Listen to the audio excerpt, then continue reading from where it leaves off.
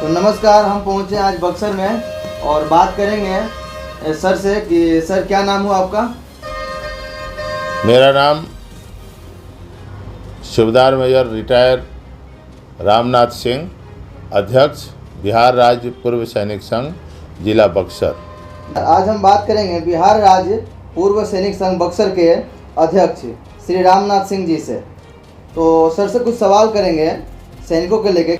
भारत सरकार पूर्व सैनिकों के लिए 1 रैंक 1 पेंशन का पहला पंचवर्षीय संशोधन लागू कर दिया है, इस पर आप क्या कहना चाहेंगे? ये 1 रैंक 1 पेंशन का पंचवर्षीय संशोधन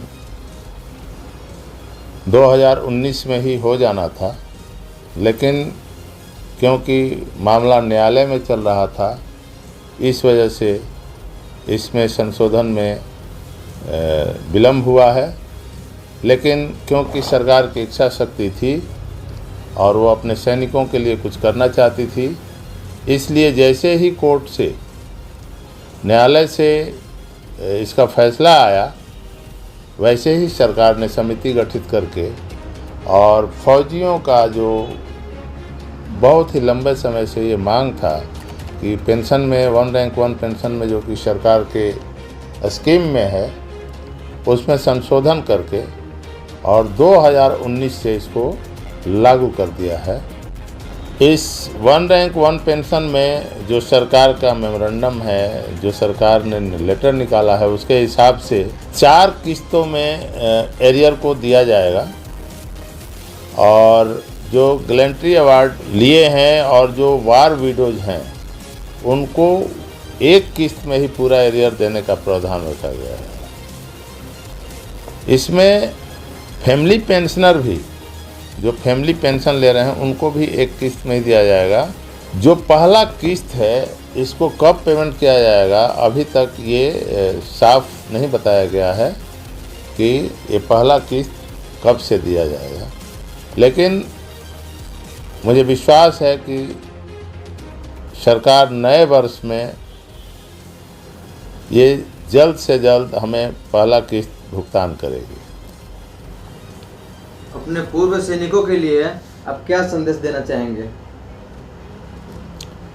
मैं भारतवर्ष के पूरे पूर्व सैनिकों के, खास करके क्योंकि मैं बिहार राज्य पूर्व सैनिक संघ का प्रदेश उपाध्यक्ष भी हूँ, और अपने सारे पूर्व सैनिकों को यही संदेश देना चाहता हूँ कि आप लोग अपने समाज में जहाँ भी हैं, जिस स्तर पर हैं,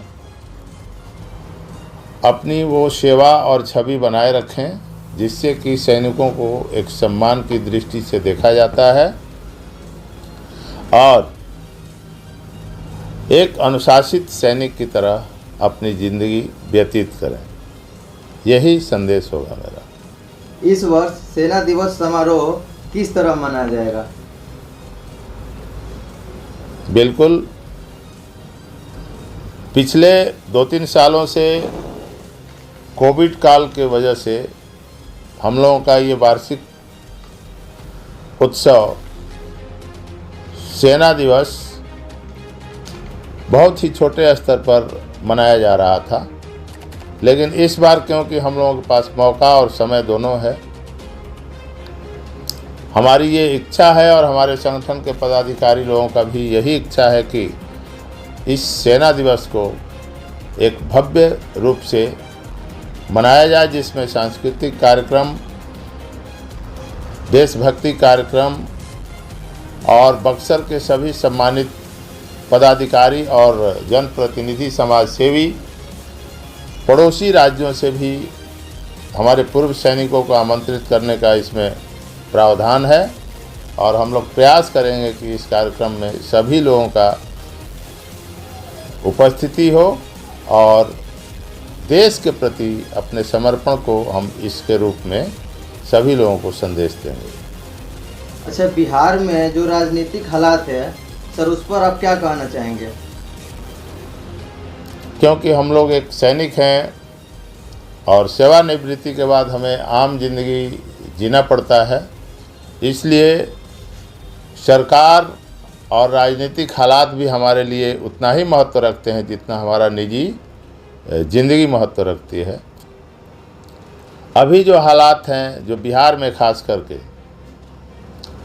अस्थिरता की स्थिति बनी हुई है, और ये जो सरकार की नीतियां हैं, जैसे शराबबंदी खास करके, इसके वजह से बिहार में बहुत ज़्यादा उठापटक मचा हुआ है, जो हम लोग देख पा रहे हैं।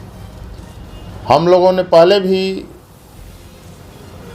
हाई कोर्ट में और सुप्रीम कोर्ट में अपील कर चुके हैं कि हम सैनिकों के लिए जो कैंटीन का व्यवस्था है और उसमें लिक्वर का व्यवस्था है, उसको पीछे की तरह ही लागू किया जाए। लेकिन ये अड़ियल सरकार, नीतीश जी की जिद्दी सरकार, ईगो लेकर चलने वाली सरकार सैनिकों का सम्मान नहीं करती है।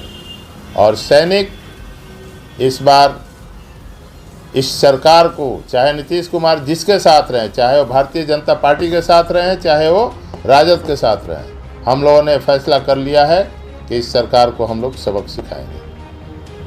अच्छा सर, बक्सर में सैन्य सुविधाओं की क्या स्थिति है? बक्सर एक छोटा सा शहर है, रूरल एरिया है, यहाँ पर कोई कैंटोनमेंट एरिया नहीं है। इसके बावजूद हमारे यहाँ के पूर्व सैनिक जो भारत सरकार द्वारा दी जाती है सुविधा, उसको भरपूर ले पा रहे हैं, उसका फ़ायदा उठा पा रहे हैं। जिस तरह से यहाँ पर ECHS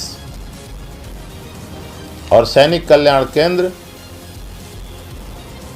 तथा CST कैंटीन, ये 3 सुविधाएं पूर्व सैनिकों के लिए बहुत ही महत्वपूर्ण होती हैं।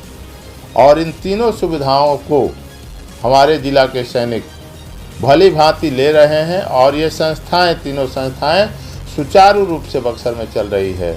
ये हमारे सैनिकों की सबसे बड़ी उपलब्धि है।